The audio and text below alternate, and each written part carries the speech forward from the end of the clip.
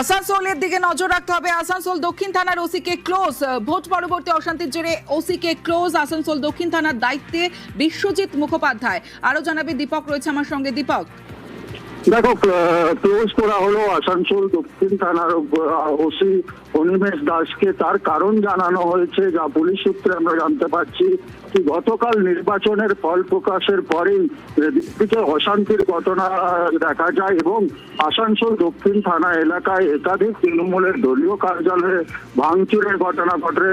অগ্নিসংযোগের নথিপত্রে দলীয় কার্যালয়ে আগুন লাগিয়ে দেওয়া হয়। এরপর পুলিশের ভূমিকা নিয়ে প্রশ্ন ওঠে। যদিও যেভাবে সময় গড়াতে থাকে পুলিশের ভূমিকা সক্রিয় দেখা যায়, কিন্তু প্রথম দিকে যে ভূমিকা পুলিশের ছিল তা সক্রিয় ছিল না। তাকেই মনে করা হচ্ছে যে তাকে ক্লোজ করা হইলো এবং নতুন দায়িত্বভার দেওয়া হলো বিশ্বজিৎ মুখার্জি। তিনি আসানসোল দুর্গাপুর পুলিশের সাইবার সেল ডিপার্টমেন্টে ছিলেন।